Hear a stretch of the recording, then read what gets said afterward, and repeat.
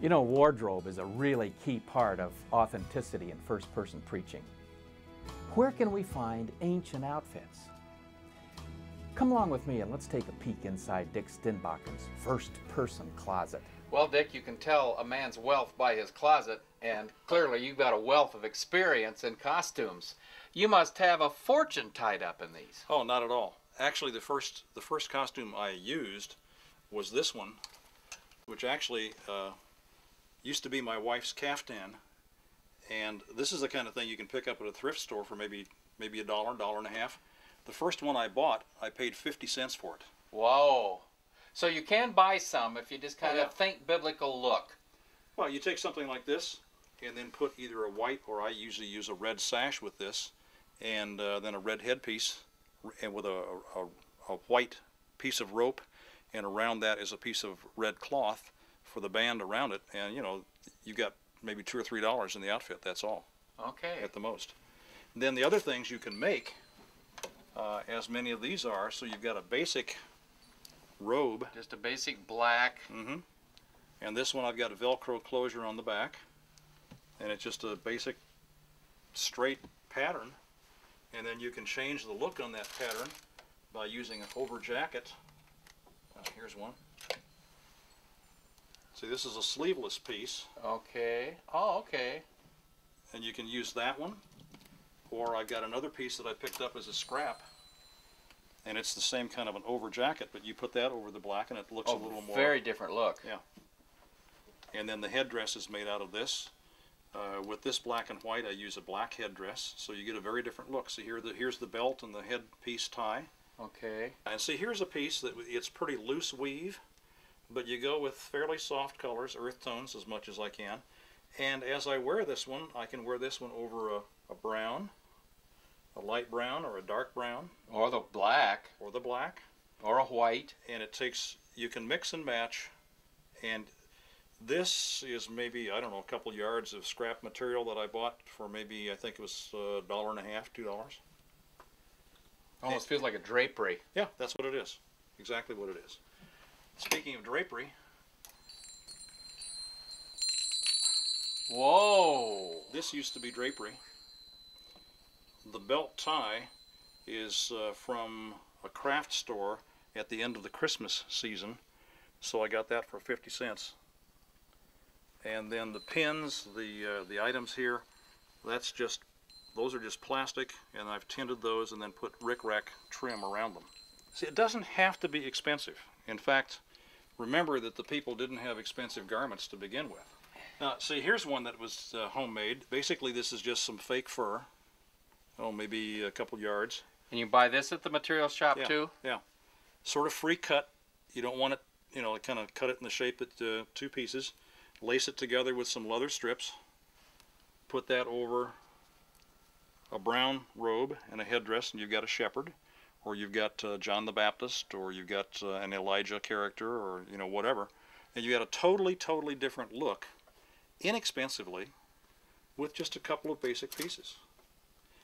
What you see here represents, and I can mix and match, and I've done these for 40 different biblical characters. This is my entire wardrobe for 40 characters. When I do Pilate, and this is just, this used to be an old sheet with some trim on it. The necklace piece is a medallion. This is a fake copy coin, and it's, I think maybe I paid $2 for that. So this whole outfit you're looking at maybe 6 or 8, maybe 10 bucks. And see, it's the same basic shape and pattern as all the other things. So you get one pattern, and you just do variations that are infinite variations of that. This one's a little shorter because the Romans didn't have them to the ankle. Now, if you get something that's too long, not a problem. You just hike it up and tie it with the rope. Or your belt or whatever. Or your belt, yeah, but you use a rope usually for a belt or sash or whatever. Now for headdresses, here's one. Doing Joseph. I think that looks fairly Egyptian, pretty regal. Oh, it does. I think that's just a piece of aluminum. I don't think that's even brass. I think I just painted that. Did some of the stuff on it with overhead marker, and it's made basically on a baseball cap. And you turned the bill up. Turned the bill up, glued on another piece of cardboard, as I recall, covered it with a single piece of cloth, folded it around, and when you put it on, you can't see any of that. You just see the hat itself, and it looks quite regal and quite And you Egyptian. got quite a piece here. Yeah, that's a little tie tack that I picked up someplace for just next to nothing. But it, you know, that doesn't even need to be there, but it does keep the cloth from getting away. So it's basically a matter of being inventive, creative, and just looking and observing and saying what if, and being willing to experiment. These are just put on with these little, I don't know what you call them. You just punch a hole and they've got these little ears that fold out. So it's nothing fancy at all. It's nothing that... It's not even a rivet. See, here they are. Oh, right here. yeah. It's a 10-cent store item, or you know, it's a very simple thing. Staples or any office supply will have those. From the front, it looks like a rivet. As this over jacket has been worn, it's starting to tear and to fray on the shoulder and open up on some of the seams, like over here. Okay, I'm not going to repair that because where that starts to give way, that just adds character to the material. So it doesn't have to be perfect. You know, a little bit of roughness is not at all a problem. Now this is the headdress tie that I use for that. That's just some jute rope that I braided and put together. And I think that rope came to us on a package sometime, and I just said, oh, I think I could use that. And braided it and put a slip knot on it, and that becomes the wrap for the headpiece. And here's the headpiece.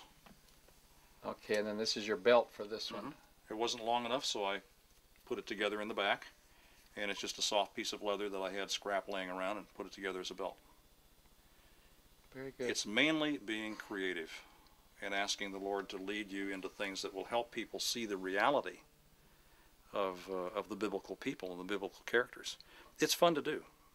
And then when you get all the stuff on, you get the costuming on, you get the clothing on, you get the beard on, you've studied the person, you become that person. You really feel like that person. And then you tell your own story. And it's not something that has to be memorized.